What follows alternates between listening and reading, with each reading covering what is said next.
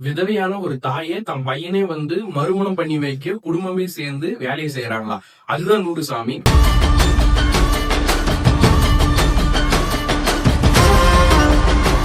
Welcome back to weekly wise official channel. Best movies பார்க்க நம்ம சேனலை சப்ஸ்கிரைப் பண்ணிருங்க. ஒரே நூறுசாமிக்கு ஒன்லைன் ஸ்டோரினா, தன்னுடைய கணவர் இறந்தாலும் பெண்களுக்கு ரீதியா இருக்கக்கூடிய காம உணர்வா இருக்கட்டும், அவங்க கிட்ட இருக்கக்கூடிய ஆசை 40 வயசா இருந்தாலும் 50 வயசா இருந்தாலும் அந்த உணர்ச்சி இருக்கும் அப்படின்றத வந்து தெல்ல தெளிவா அந்த படத்துல சொல்றாங்க. ஸ்டார்டிங்ல என்ன மாதிரியான ஒரு சீன் நூறுசாமில 20 நிமிஷம் வந்து சுவாசிகா மேம் தான் இந்த படத்துல வந்து ஹீரோயினியா பண்ணியிருக்காங்க. அவங்களுடைய கணவர் தான் இறந்து போயிடுறாரு. அவங்களுக்கு வந்து நைட்டு தினம் வந்து அந்த ஊர்ல இருக்கிற ஆம்பளைங்களால வந்து வீட்டுக்கு வரவா, கதவை தர, போன் நம்பர் எழுதி வைக்கிறோம், போன் பண்ண, அது இதுன்னு ஒரு பொண்ணா பிறந்தா என்ன பிரச்சனை வரும், அந்த சுச்சுவேஷன் ஃபேஸ் பண்ணிட்டு வராங்க. ஒரு நாள் அவங்களுடைய மனசே அவங்களுக்கு மாறிடுது. சுத்தி பார்க்கக்கூடிய விஷயமா இருக்கட்டும், கேட்கக்கூடிய விஷயமா இருக்கட்டும், அந்த காம உணர்வுன்றது அவங்க தூண்டுதல் ஏற்பட்டுருது.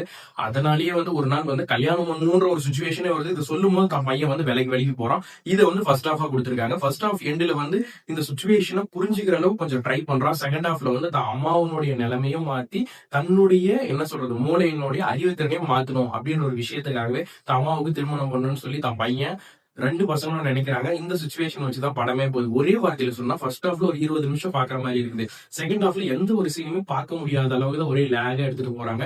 கிளைமேக்ஸ்ல விஜய் ஆண்டனி சார் தான் வந்து இவங்களை மேரேஜ் பண்ற சுச்சுவேஷனே காட்டுறாங்க. ஒரே வார்த்தை அவ்வளவுதான். அதிகமா இம்பாக்ட் பண்ற சீனு வேற எதுவுமே இல்ல. மியூசிக் வச்சு ஒரு 2 சாங்ஸ் கொடுத்துருக்கலாம், பிஜிஎம் கொடுத்துருக்கலாம். எதுவுமே கொடுக்காத ஒரு கல்ட் கிளாசிக் நான் எடுத்துட்டு வரேன் அப்படின்னு சொல்லி சசி சார் வந்து நினைச்சிருக்காரு. அந்த அளவுக்கு யாருமே இம்பாக்ட் இந்த படம் பண்ணல. சொல்லக்கூடிய ஒரே வார்த்தை நம்ம புக்ஸ்ல படிக்கிறது, பேசுற விதம் எல்லாமே வந்து விதவையான மறுமணம் பண்ணிக்கலாம், அதாவது 2வது திருமணம் பண்ணிக்கலாம்ன்ற ஒரு விஷயத்த சொல்றாங்க. வேற எதுவுமே இல்லை. என்ன வந்து இந்த படம் இம்பாக்ட் பண்ணல? நீங்க சொல்லுங்க. உங்களுக்கு வந்து இந்த கான்செப்ட் பிடிச்சிருக்குதா இல்ல வேற மாதிரி டைரக்டரா ட்ரை பண்ணிருக்கணுமா?